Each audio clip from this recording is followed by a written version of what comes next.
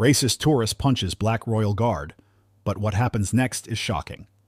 As the Royal Guard stood still in their formal order outside of Buckingham Palace, the sun shone off their shiny helmets. There were a lot of tourists around the gates, and their voices mixed together to make a noise of wonder and excitement. There was an American middle-aged man named Harold Mason in the crowd. He was loud and felt even more entitled than others. Harold, who was wearing an annoyingly bright Hawaiian shirt, didn't try to hide how much he didn't like the show. "What is this foolishness?"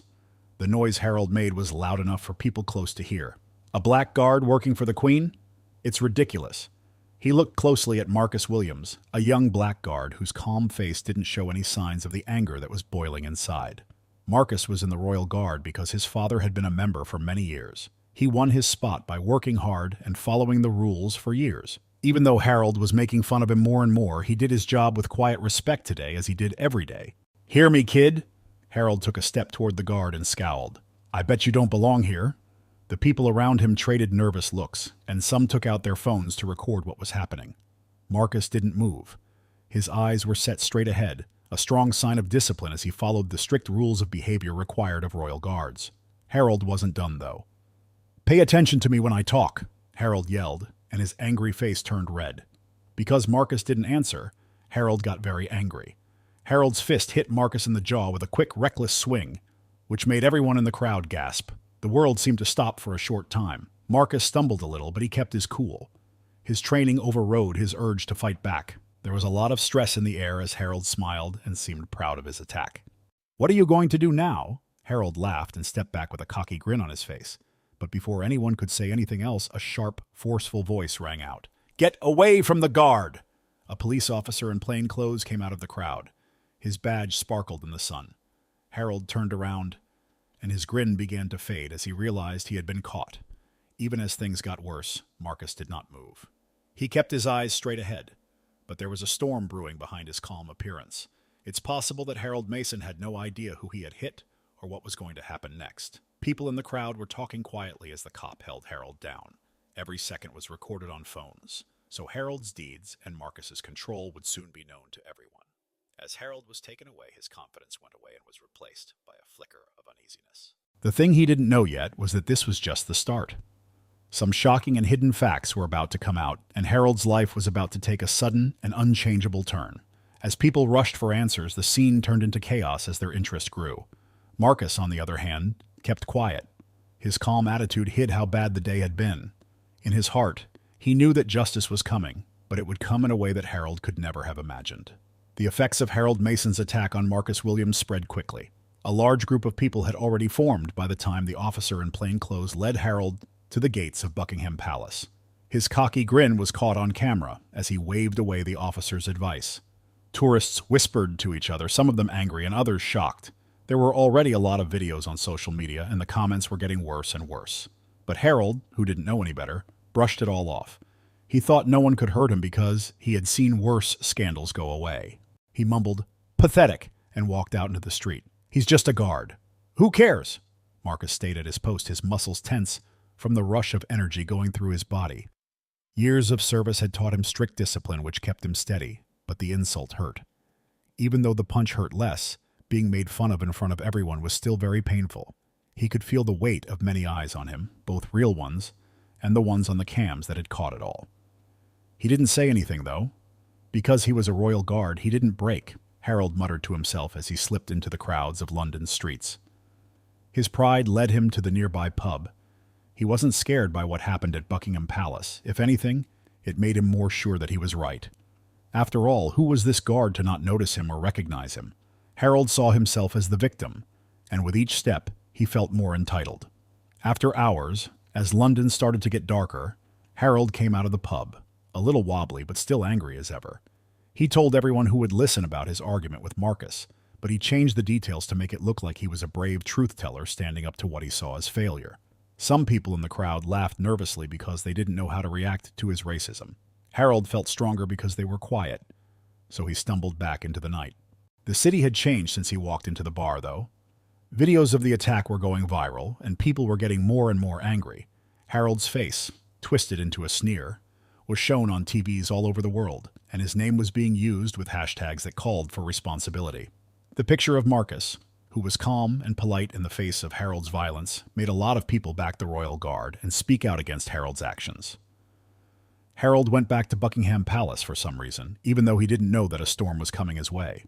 He might have been drunk, or he might have had a strange sense of unfinished business. He wasn't sure why, but he had to talk to Marcus again, to put the guard in his place. When he got close to the castle gates, which were now empty except for the guards who were standing at their places, there was a silence. Harold stopped and felt less sure of himself when he saw Marcus standing where he had been hours before. The air felt denser, and the shadows were darker.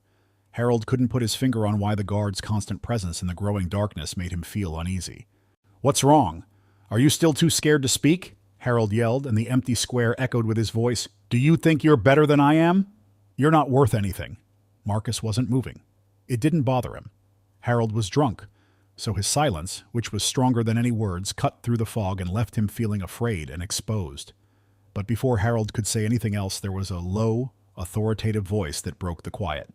It sent a chill down Harold's spine. "Sir, get away from the gates right away." Harold turned around and saw a tall, intimidating person in a police outfit coming toward him. Unlike the cop in regular clothes from earlier, this man seemed very authoritative.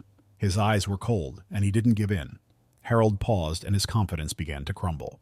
"What are you?" Harold ordered, trying to get back to being cocky like before. The police officer didn't answer. Instead, he made a sharp motion to the side, and 2 more guards came out of the darkness. Harold's heart started to beat fast. This wasn't just a normal lecture. Something much bigger was going on. The officer spoke with a steely voice. "You've already caused enough trouble for one day, and I promise you that we know everything." "Everything?" Harold's voice was shaking. "Yes," the cop said as he walked up nearby. "And believe me, you don't realize how bad your actions will be."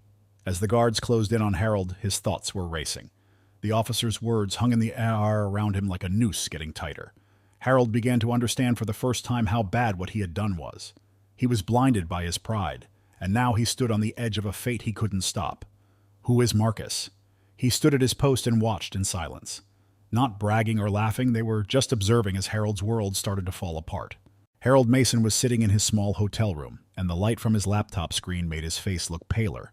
As he looked through social media, his fingers were shaking. There was video of what happened at Buckingham Palace on every station. No matter what he did, his name was on the rise.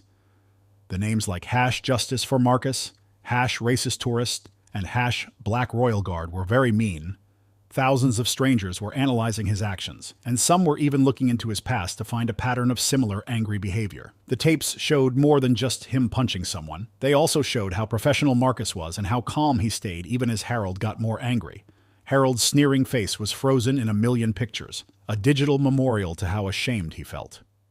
Even though he slammed the laptop shut and cursed under his breath, the truth of the matter didn't change. It might have even seemed bigger. On the nightstand next to his bed, his phone kept buzzing and quivering with messages he was too scared to read. There was a number he didn't know among the missed calls and texts from friends and family, some giving support and others expressing shock. The attached message sent a chill down his spine. Asterisk, asterisk. "Mr. Mason, we need to talk about how you've been acting lately. Get in touch with us right away. Asterisk, asterisk. It wasn't signed, but it was clear that it was an important message. Harold's thoughts were going fast. Could it be the police, the palace, or even worse, someone with ties to Marcus? He had to move around. Harold paced the room and mumbled to himself as he tried to make sense of what was going on. He said out loud, "It's just internet drama." But the shake in his voice showed that he was scared. "It always goes away on its own." He knew this wasn't like before, though. The video made people feel something. One of the most famous places in the world was the scene of a disrespectful act that could not be ignored because the person was clearly drunk. Then there was Marcus. Harold thought again about the guard's steady, calm presence. All day, Marcus couldn't get rid of that steady, keen look in his eyes. Marcus hadn't said anything, but Harold thought the guard had said a lot. That stillness, that quiet, was louder than any reprimand. He was thinking when his phone rang. Another number I don't know. Harold answered even though he knew he shouldn't have. A voice that was cut off said, "Mr. Mason. My name is Claire Hayes, and I work for the Metropolitan Police. We need you to come in so we can ask you about what happened at Buckingham Palace." Harold felt sick to his stomach. He stutters, "Questioning," and holds the phone so tightly that his fingers turn white. "Why? I didn't do anything wrong." The officer responded, "Mr. Mason, assault is a crime," and her tone was firm. We also have reason to think there are things that make things worse. We think you should come on your own. Adding to the problem? How could you say that? Harold asked, but his voice was shaking. Hayes said in a cold voice, "You'll find out when you get here. You need to be at the station by 9 a.m. tomorrow. You will be given a warrant if you don't show up." Harold was shocked as the line went dead. He just stared at the phone. What's that? For him? He felt panicked when he realized he might be in more trouble than he thought. While this was going on, Marcus was sitting across from a top Royal Guard officer in a quiet room in Buckingham Palace. The weight of the talk making its way through the room was heavy. "We've found the person who attacked you," the officer said, his voice calm but worried. "Harold Mason, a citizen of the United States, here on a tourist visa." Marcus gave a quiet nod. Harold Mason was not interesting to him as a person. He cared about the concept and the message that his self-control had sent. The cop slid a file across the desk and said, "There's more. Mason has a past. Several things happened back in the U.S., including harassment, fights, and even a charge of attack that was later dropped. It looks like this isn't the first time he's done something wrong." Marcus looked over the papers with a frown on his face. From each record, it was clear that the man had lived his life without any consequences, getting by on his wealth and pride. Why hasn't he been punished before? His voice was calm but sharp as he asked. The cop just said, "Connections. But everyone is watching this time." As Marcus leaned back, the weight of the moment hit him. It wasn't just about Harold anymore. It was about holding someone responsible who had been avoiding it for too long, and maybe about sending a bigger message. After some thought, the cop said, "One more thing. The Home Office has asked us some questions. They are thinking about taking Mason's visa away, even though it doesn't happen often in this case." Marcus looked at her with wonder. "Do you really believe they'll follow through?" The police officer looked at him. "Yes, as long as the investigation finds enough ties." Harold sat alone in his room with a half-empty bottle of whiskey as the clock hit midnight. He hadn't touched it since the detective called, but the thought of it made him feel better in some strange way. What lay ahead of him weighed him down and made him feel like he could not breathe. Harold thought about Marcus again while he was drunk. That look, that awful look. It wasn't anger or rebellion. It was something worse. It was too bad. Harold Mason began to ask himself for the first time if he had done something wrong that he could never take back. Harold Mason walked slowly toward the Metropolitan Police Station in the cool morning air. He was filled with a poisonous mix of fear and anger. The streets of London, which looked so beautiful the day before, were now very crowded. He heard whispers, but no one spoke. He grabbed his coat even tighter, trying to block out the looks he thought other people were giving him. A scary brick building that looked more like a castle than a courthouse stood in front of them. It was the station. When Harold walked inside, Detective Claire Hayes looked at him with a cold stare. Her smart outfit and stern personality didn't leave any room for small talk. She said, "Mr. Mason?" But her voice was cut off. "This way." Harold went after her down a tight hallway where the walls got closer with each step. A single chair and a metal table were set up in a clean questioning room for him. Every move he made felt like it was being watched, but Hayes didn't say a word as she sat down across from him. Harold broke the stifling quiet with a scream. "I didn't do anything wrong." "People are making this much bigger than it is." Hayes didn't move. Then she carefully opened the file that she had put on the table. "Mr. Mason, the video of you hitting a Royal Guard is very bad evidence. You're here for more than one reason, though." Harold raised an eyebrow. "Do you mean to say that—" Hayes leaned forward and her eyes got narrow. "The U.S. government has contacted us.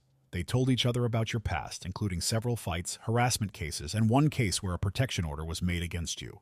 That was a trail you left, Mr. Mason. But this time you went in the wrong direction." Harold's heart was racing. He spoke up to say something, but Hayes cut him off. "In the past, you may have tried to avoid responsibility, but this is different. You hit a Royal Guard member in front of a lot of people, and many of them were recording. Marcus Williams, that guard, isn't just any guard." Harold stopped moving. That name was there again. Chris Williams. What made it carry so much weight? His discomfort grew. Hayes went on, "Marcus Williams is the son of a decorated Royal Guard.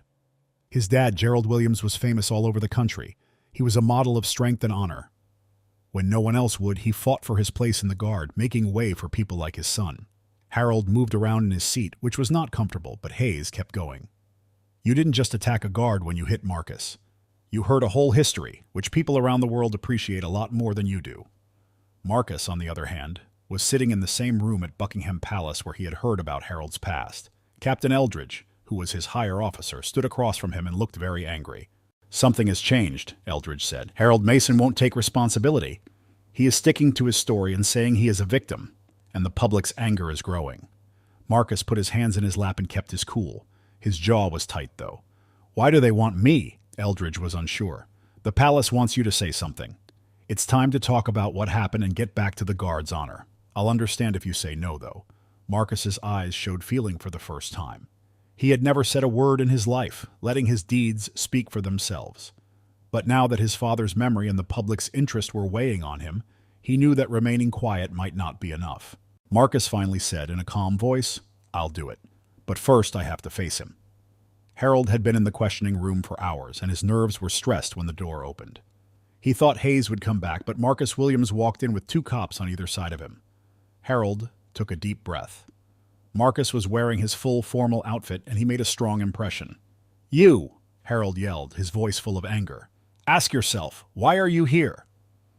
Marcus didn't answer right away. He took off his hat and set it on the table before sitting down next to Harold. Harold was becoming more and more scared while he was staying cool. Marcus said in a steady, low, but strong voice, "I wanted to see the man who thought it was okay to hit me, to look him in the eye and ask him one thing." Harold wriggled as Marcus looked straight into his eyes. "What question?" "Why?" Marcus just asked. "Why did you think it was okay to do what you did?" Harold was weak. Marcus's calm personality broke through his bluster. He stuttered, You wouldn't even acknowledge me. You looked like you were better than me as you stood there." Marcus slightly tilted his head and looked at Harold. "That hurt your pride. That's what this was about, right?" Harold's face turned red. "It's not that easy. People like you," Marcus cut in with a sharp voice, "people like me." "Say it. What do you mean?" Harold stopped speaking because the words were getting stuck in his throat. There was an eerie silence after that. Marcus leaned forward and his voice got sharper. "You can no longer use excuses to get away with things. You hit me because you were sure you could, since you thought I wouldn't fight back. That person has thought that before, but you will be one of the last." Harold's bluster fell apart totally. He looked down because he couldn't meet Marcus's eyes. Detective Hayes walked in when the door opened again. She said in a soft voice, "That's enough, Mr. Williams." Marcus stood there, taller than Harold, for a moment before turning around to leave. Marcus stopped and looked back as he got to the door. "You will be found guilty, Mr. Mason. It does that every time." He then left, leaving Harold to deal with the implications he could no longer avoid. Harold Mason was sitting in the waiting room at the police station. He was very nervous, and no longer thought he was important. His thoughts were all over the last 2 days. The punch, the tapes, the reaction, and finally the fight with Marcus Williams. Harold didn't want to accept it, but Marcus's cool but direct words had hurt him deeply. He held on to the hope that this too would pass. It always had before. Detective Hayes walked in with the folder in his hand after the door opened. As she sat down across from Harold and put the folder on the table, her face was hard to read.